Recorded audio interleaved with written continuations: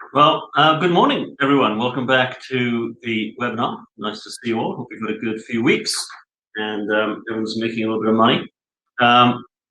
We've got, I think, quite an interesting focus today, which is on this, which is why it's time to be bullish on South Africa again. I think it's going to be an interesting run through. Just to be clear, some context. I mean, at Old Mutual, we've been actually bullish on South African stocks, for probably quite at least a year now. So this is not, I guess, new to us, but we were bullish more because they were cheap than because the economy can do really well. We're now saying, actually, this could be a turning point for South Africa, and actually we're going to have some better times ahead. So a very affirming message. So I'm excited about that. Before we get to that, let's have the usual market wrap, technology, and we'll get into South Africa. So where have markets got to? I found this interesting. $115 trillion is the market cap of world stocks. Last time I looked, it was about $85 trillion. Now $115 trillion. And by the way, you can download all these slides in your tab box there, so you can use those as you would wish. So markets march to new highs.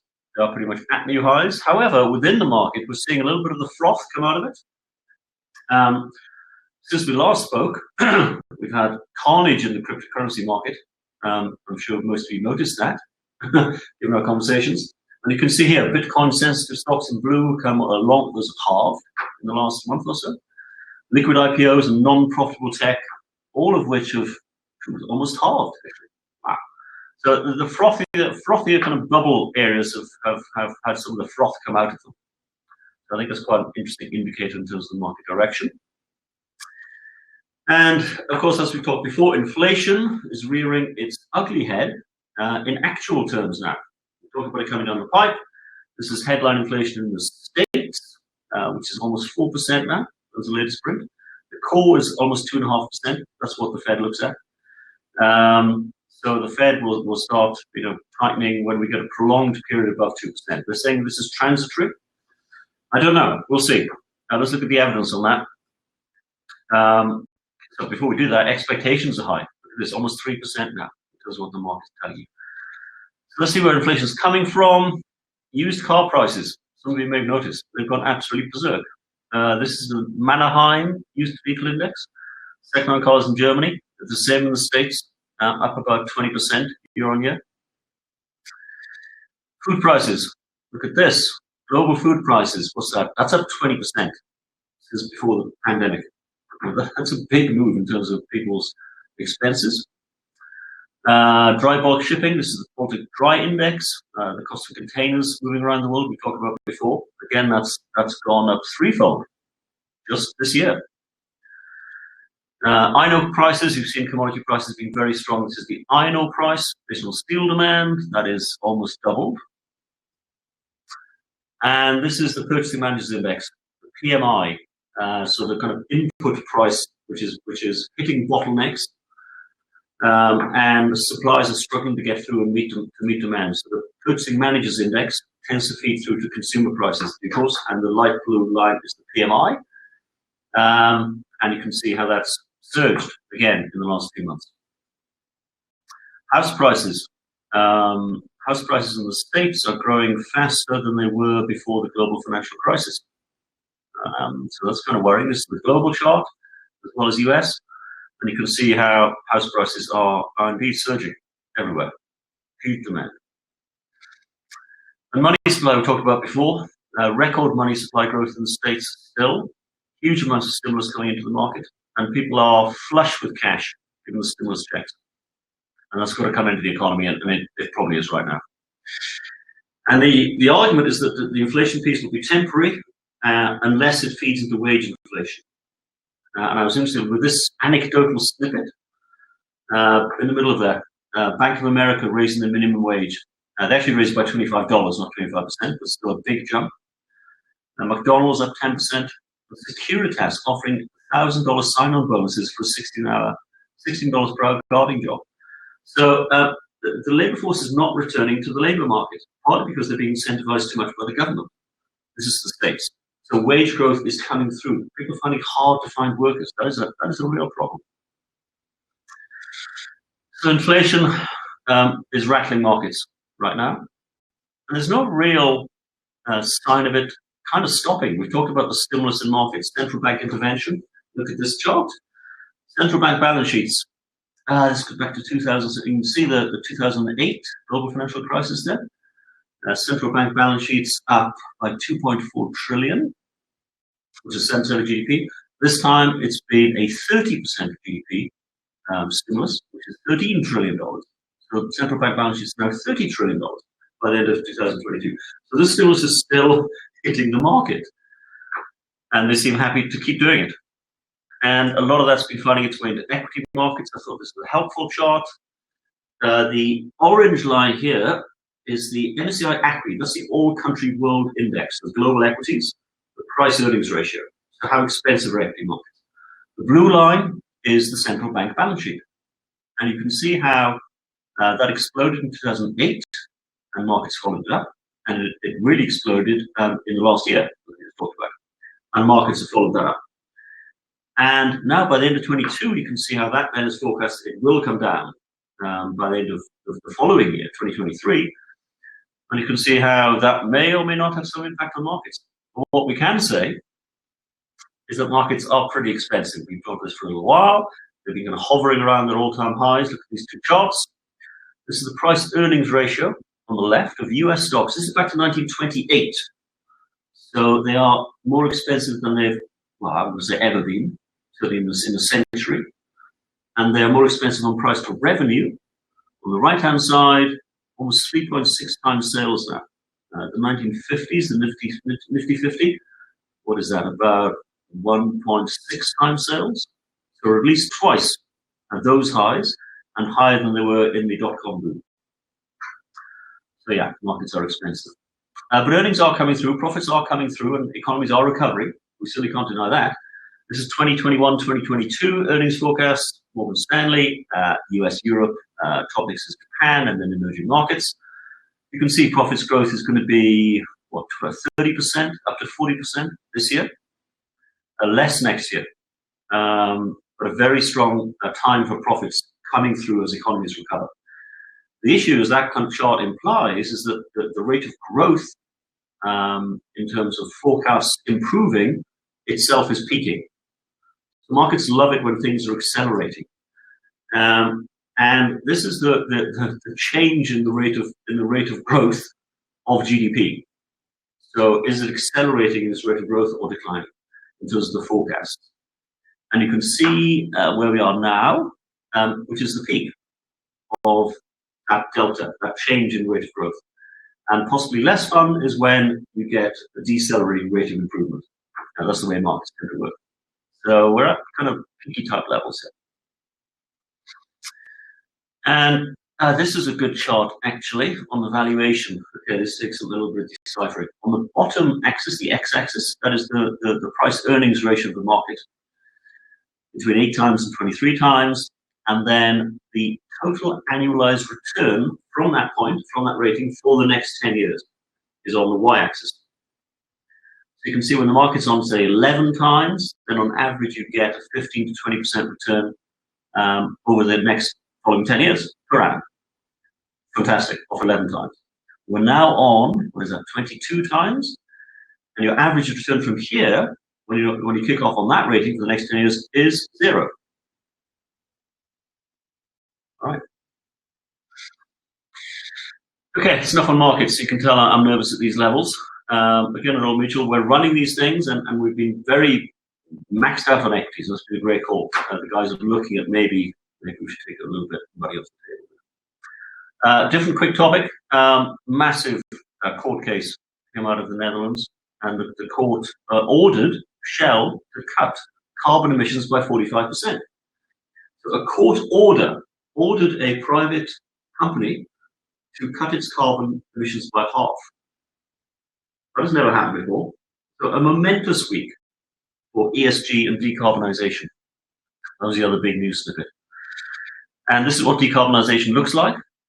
So take a look at this. Unabated coal. I'm not sure what unabated means, but anyway, coal and gas down from 10% of energy to 0, almost by 2030, in 10 years' time. So coal have pretty much disappeared in 10 years. Fossil fuels will pretty much disappear in 10, 15 years. That's extraordinary. Nuclear goes up, keep an eye on uranium, it's an interesting play. And then wind and solar really take over. And we're seeing that now. Compelling commercial case for wind and solar globally. So massive decade of change in terms of investment and where you want to invest your assets. So be aware of that, and we're seeing it already. Renewable energy. This is net global renewable energy capacity additions in gigawatts. There you go. 2020, 278 compared to 191 in 2019. Massive growth. So be exposed to that. Don't be exposed to fossil fuels. Pretty simple message. All right, quick one on crypto. I can't resist doing crypto. Crypto goes mainstream. These are noodles, I think. They're hodl noodles, which is the kind of sign for holding on to Bitcoin, hodl, as opposed to hold. I think I pronounced that right. And that's a Dogecoin going to the moon, and Bitcoin on the noodles you buy in your store. So when something goes mainstream, it tends to go a bit berserk. And I enjoyed this kind of mania. I'm going to read it out. After the stupid money part, there are sectors that are getting there. The Doge phase, Dogecoins, moved to dollar Shiba, another type of dog, which is another type of coin. And now some blue chip DeFi tokens are trying to join the speculative dog coin movement. $ Woofy was released a few hours ago. So yeah, there are 10,000 cryptocurrencies out there now, and growing by the minute. So it's got a bit crazy. And Ethereum reached $400 billion in 5 years. Bitcoin took 10 years, Google took 15 years. So it's been pretty quick for these crypto guys. However, before the however, look at this on Dogecoin. This is a list of holders of Dogecoin, which is the joke cryptocurrency, by the way, just to remind you, which Elon Musk has been planting or pushing. We're not sure if he's invested or not. But Dogecoin is a joke cryptocurrency. It serves no purpose whatsoever, and peaked at a market cap, I think, right of about $70 billion. I think it's now about $35 billion market cap. This is the list of owners on the register. And look at the bottom, which is the biggest category, between 10 billion and 100 billion Dogecoins owned. That's one person in that category, and he or she owns 36 billion Dogecoins, which is worth $18 billion. Someone's got an $18 billion holding in Dogecoin, which is worth nothing 12 months ago, and is now worth $18 billion. Interesting, money being made. And then in the last month, we had carnage in crypto. This is a screenshot I took on the day. Bitcoin down 27%, Ethereum down 40%, XRP, which is Ripple, down 40%, and it was carnage. These things were all over the place. They then bounced by 30% in the same day. But someone panicked. These are, I think it's minute by minute price ranges. This is for Bitcoin. You can see 44,000 down to 24,000. That's kind of, and these candles show you all the trades within that minute. That's the range. Okay, so someone's selling at 40,000, someone's selling at 38,000, and one person sold at 24,000. So complete panic in that moment. They just couldn't get out fast enough, and they took the market makers out of reaches of the market makers spread, and took a massive discount to get out. So it was carnage in the market. They've since kind of stabilized, but still not looking that great, and that bubble is popping, as I think we did forecast that. Once we get the full shakeout, it may be interesting again in terms of crypto. It's an interesting asset class, we've said that, but it was a bubble, and that's popping as we speak. So just let it shake out a little bit more. Quickly, in terms of the kind of fundamentals, we know this. We shared this a month ago. The electricity consumption of mining Bitcoin is half that of the entirety of the UK electricity consumption. Yeah. And it's getting more. The upper bound here, because prices of Bitcoin get higher, it draws in less efficient miners who use more electricity. So the problem gets worse and worse and worse the more the price goes up. So that's 500 terawatt hours, which is probably 3 times what it currently consumes. And even on current projections, this is a startling thing. Bitcoin could increase global warming beyond the 2-degree centigrade bound within 3 decades. Just Bitcoin mining. I think the world has gone completely mad sometimes. And this is what madness looks like. These are engineers installing mining rigs at a cryptocurrency farm in Russia. Look at the scale of that thing. We shared another one last time. I don't know. I think it is a bit crazy. Bitcoin crazy. All right. Oh, finally on this, Tether. Tether is the kind of the gatekeeper of Bitcoin. It's meant to be pegged 1-to-1 to the dollar. Tether is a cryptocurrency, a stable coin. So it has to keep cash, okay, equal to its dollar pegged obligations. Okay? So if Tether's $60 billion, then if everyone asks for the $60 billion back, it has to give it back in dollars, i.e. $60 billion. So it's meant to own and hold $60 billion in cash. Turns out it doesn't. They finally disclosed, and the SEC is still investigating them. And you can see on the right-hand side, cash, that is in the little green bit, cash 3.87%, not 100%, 3.87%. Fiduciary deposits 24%, that's pretty much cash. So let's say they got a quarter of the fund in cash.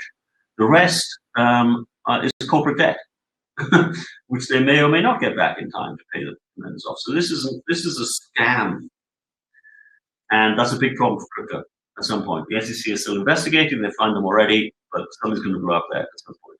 That's going to be a problem. So mind your eye on that. And finally, on crypto, I didn't actually know this, I confess. Gold bullion was banned in the States by executive decree of the president in 1933. So people were banned from owning any form of gold or indeed silver. And if they were caught with gold, they're at the bottom of this, $10,000 fine or 10 years imprisonment if you own gold. So the government is able to ban things, and they could ban crypto, and you'd have to hand all your crypto over, or you go to jail. It's been done before. Gold was actually banned in the States from 1933 to 1974, when it was, again, you were allowed to own gold bullion in the States after 1974. And they banned it because they felt people were hoarding gold and therefore not spending money. And this was in the Great Depression. They wanted people to spend money, and people were hoarding gold. So they banned it.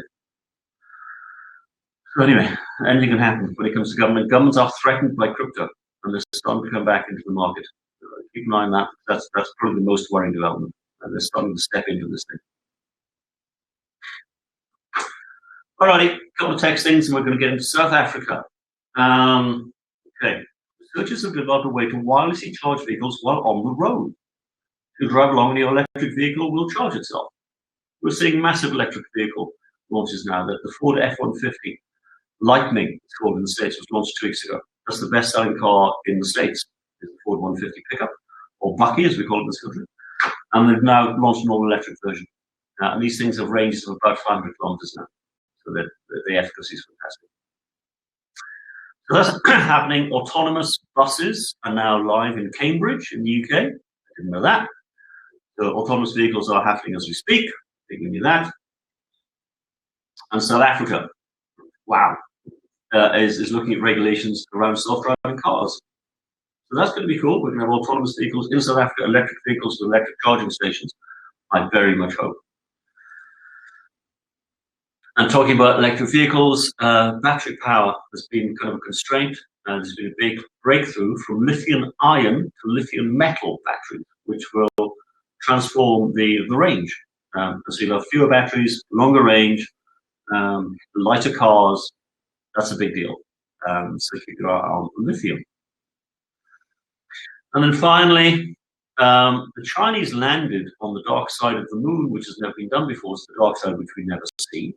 It's the dark side of the moon. They landed on it in 2019, and they've been digging around since. And they're wandering around on the far side of the moon, and NASA hopes to get there by 2024 to do their own, in effect, asteroid mining, so they can build cities in space. But the Chinese are beating us to it, and they're already building their own space station, like last month. So China's winning the space race right now. All right, we're 3 minutes in. Let me just take a break from the slides for a moment before I get into South Africa. Yes, give me a break from that. Of course, take a breath. Okay, so markets are high, they're expensive, they've got some momentum in terms of earnings, but frothy. Some of that froth is starting to come out. And we've seen that in crypto in massive style. So that bubble is popping as we speak in crypto, we're going to be volatile up and down, but it's going to settle at some point. But there are big risk factors around crypto before we get maybe into it as an asset class. I kind of hope we do, but that's not guaranteed. We'll see what governments do. So keep your eye on that, but not time to get in as yet. All right, let's look at South Africa. As I said, you know, we've been in this game for over a year now, and South Africa Inc. has done very well last year, so it's been great for us and for our clients more particularly. So that's been good in the multi-asset portfolios. But that was on valuation more than anything else, and a slight improvement. But now we're saying we're going to see an improving South Africa. We can all stop kind of complaining about it. So maybe you'll believe that, maybe you won't. But there's a lot of stuff happening in the economy which is actually positive. So let's run through it. This is kind of a big call. Sorry, my dog is scratching at the door, which is not ideal, but if he keeps scratching, we'll let him in. All right, 2021, is this a turning point for South Africa? Firstly, how could that be? Number one, we're very dependent on global growth. Okay? Partly because we're a commodity producer and we're a big exporter of manufacturing goods. And global growth is bouncing back really very strongly. We'll talk about that. 2021, GDP growth in the USA, 6.5%, Europe up 5%, China up 9.4%. So, massive beneficiary, partly through commodity prices. So our terms of trade are very favorable. So the price we're getting for our exports is swamping how much we're having to pay for our imports, partly because the rand is strong, so our imports are cheaper. So our terms of trade are very favorable at the moment. And that's partly, of course, driven by commodity prices. We're obviously a massive commodity producer. That's hugely beneficial for economic growth as well as tax receipts. In terms of the domestic economy, a big inventory build. You get this in a downturn, and you have to rebuild. Sorry, inventory suck. You have to rebuild those inventories. So that inventory bounce back will add to GDP growth quite strongly this year and into next.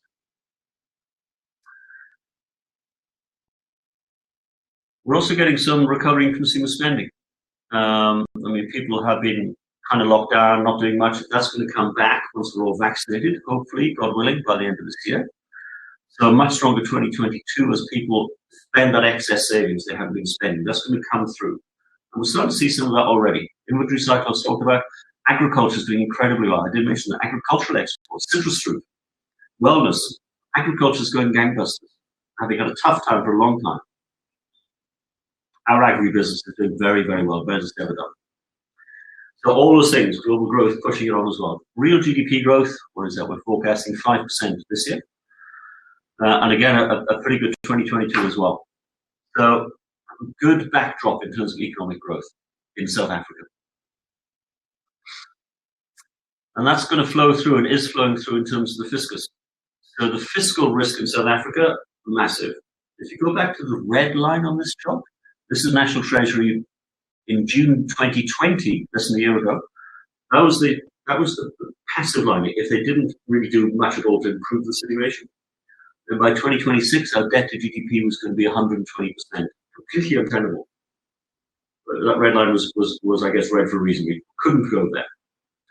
The blue line is the medium-term budget statement in October 2020, so a little bit more palatable for sure. The orange line is 2021 budget, better again.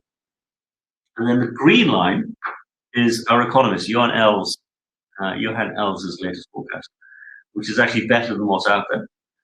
And that looks a lot better, stabilizing over 80% of GDP and coming down. So fiscal receipts, tax receipts are going well. SARS has been kind of revamped, and therefore tax receipts generally are up, but particularly on the corporate side and the commodity side. Much stronger fiscus, and that's very good for the bond market. 10-year yields, I see this morning, are 9%. 10 years at 9%. What is the States? 1.5%. Our inflation is 4.5%. So you're getting a 4.5% real yield off 10-year bonds now in South Africa. That's very attractive. If this fiscal thing is right, that's been a big risk, but very attractive. So SA bonds also are a buy. Partly because inflation, we think, will actually stay at these kinds of levels for at least the next 2 years. So kind of 4.5%. I was hoping for a bit lower, to be honest. But That's our projection. We're sticking in the mid-4s, much better than the 6 plus we've had in the past. And who knows, it may come a little lower than that. It'd be quite nice. That's very good news again for economic data. Please send the questions through, by the way. Very happy to take your questions. I think there might be a couple of them. Quick look. This that didn't work. Okay. Put that down. All right. Okay. Anyway, that's fine. Sorry, distracted for a second. So inflation low. So that's good news. As a result of that, I think this is also quite important. Interest rates, we think, will be unchanged at current levels until the second half of next year. So you can see the prime rate in green there, and the repo rate in that kind of browny color, and inflation at pretty low levels. So low inflation, low interest rates, recovery in the economy. And if you look at the RAND, we've talked about the RAND for a while. If you're going to get that kind of backdrop, which is a very positive backdrop, then it's no surprise the RAND is strengthening.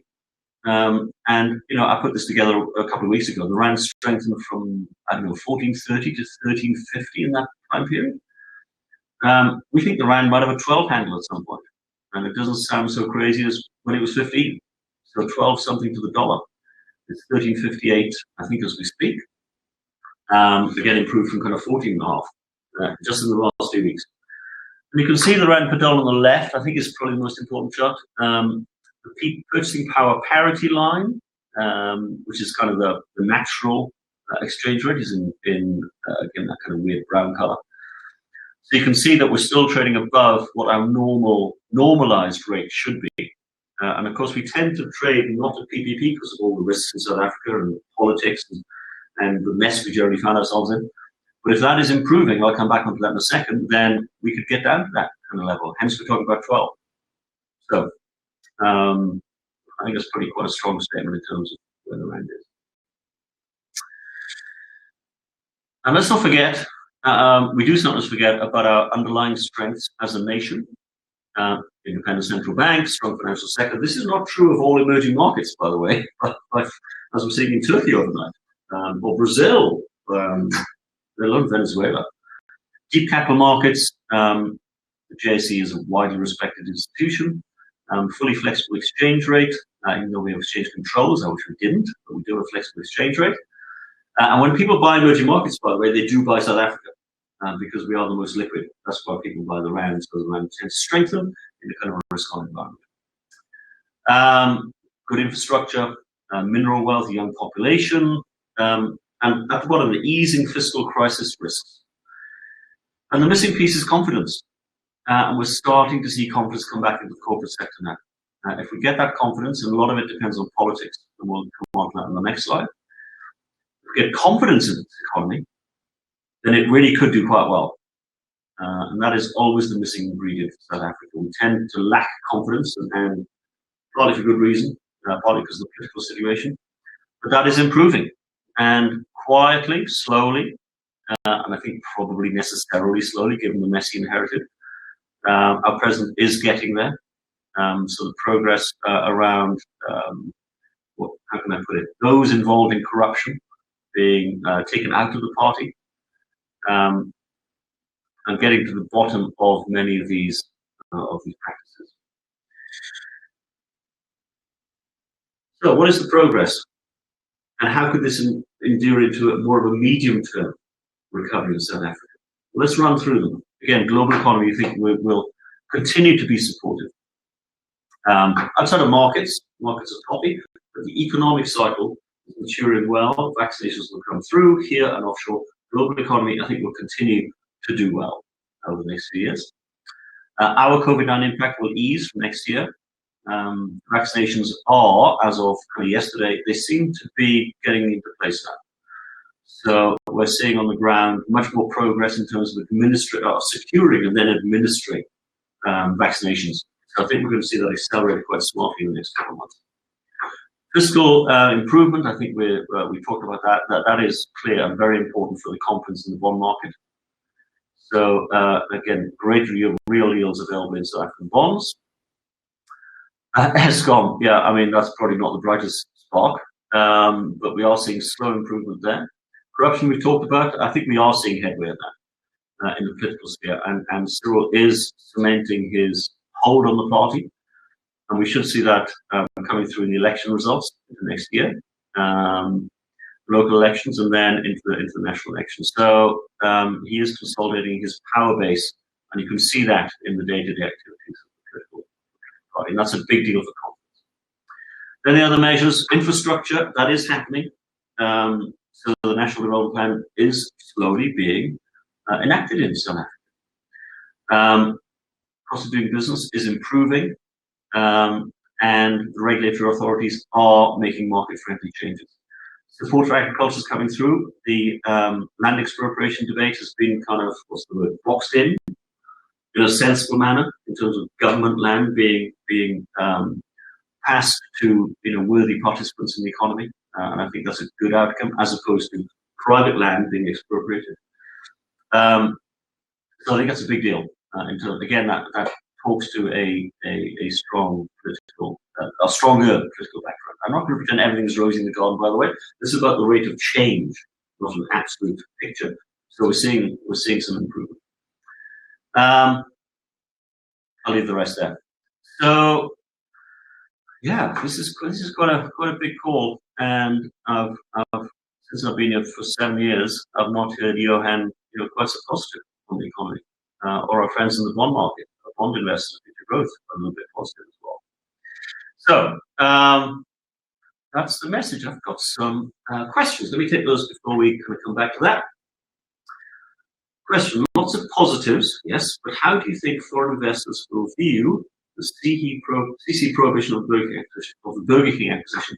Listen, I don't think we're going to get everything right all the time, and that kind of thing is unhelpful, particularly in terms of our standing as a free nation trading globally.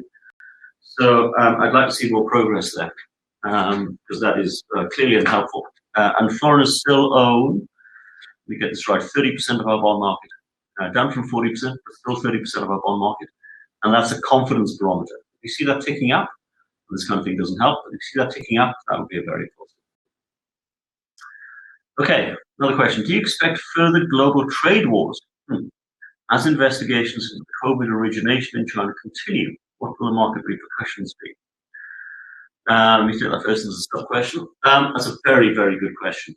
So Biden is flexing his muscles on this, and pushing that Johan investigation, which was done one time, and the inspectors are kind of kicked out. So yes, that is a big risk.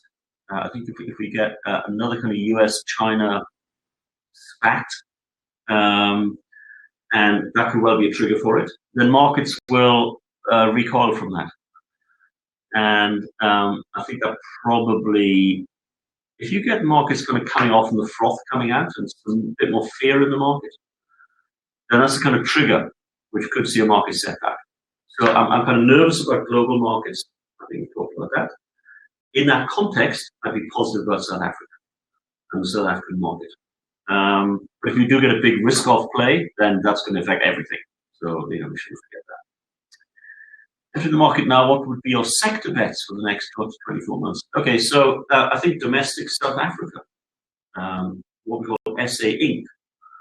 So the banks would be an obvious play, where we're playing quite aggressively. Still trade very cheaply compared to the emerging market counterparts. Our banks remain on a global stage, very well capitalized with very high returns on equity, and very well regulated, and they're currently very cheap. So the banking sector, anything exposed in the consumer sector, even construction, potentially property. So anything SA domestic, that would be the play for the next 24 months. Or small cap. We've got a great little small cap fund which is doing very well, which tends to be very domestically oriented because of small companies. So that kind of small cap play, so I think will do very well. Okay, next question. Our biggest Achilles heel is unsustainable, huge public wage bill. Correct. Government's recent wage talks look like unions win again. How will this impact Fiscal? Rating agencies are watching their ability to implement this. Correct. That's the biggest risk. So if we can't get to grips with going to put it, the kind of unionized grip on public sector wage bill. And let's remind ourselves that half your taxes go to pay public sector workers. Extraordinary step. That does have to come down.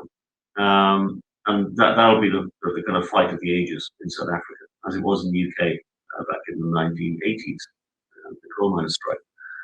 And so far, the political will does seem strong, but it's not done yet. That's undoubted. Okay, what is Old Mutual doing to turn around a 60% plus unemployment rate for the youth in South Africa? What is the future economic engine for South Africa?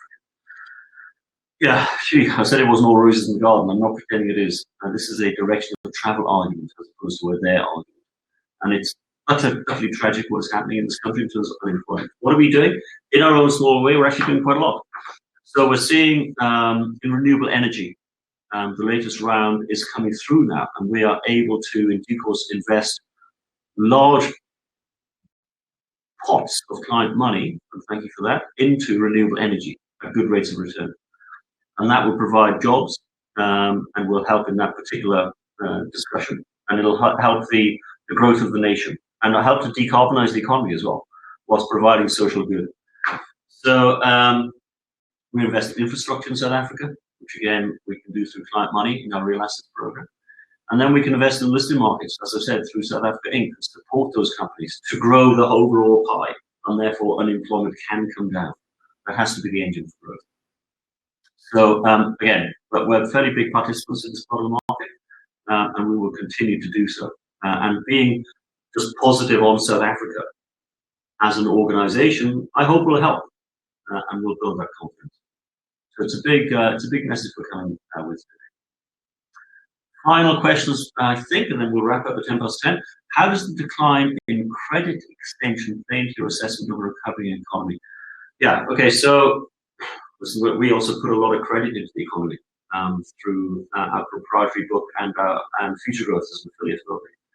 So credit provision is big in the private markets for us, and the banks do need to step into that in a more convivial way. Yeah, that's a big risk factor again. So let's be clear about the message. This is a direction of travel as a more positive message, not the fact that everything's working already. But as confidence does improve, as the economy starts to grow, particularly into next year, then that credit extension should come through from the banks as well as us in the private markets in terms of our provision of debt into the market, which we're doing pretty aggressively now into SA Inc. So I think that's going quite well and is very supportive of the economy. Well, let me get you back to wrap up. There you go. Again, these slides are available. You can just download them on the tab there. So hopefully that might be helpful. Thank you. That's a big message. SA coming back, and not just for a bounce back, but in a more sustainable fashion. And so that's going to be a big deal if we're right for all of us. And let's build that confidence. We should have confidence in what we're doing. And if the politicians can just get a little bit right, which I think they're starting to do, and just kind of a little bit get out of the way of private enterprise, support private enterprise, and we're actively working with government in lots of areas in that regard, and we're seeing progress in terms of that kind of partnership.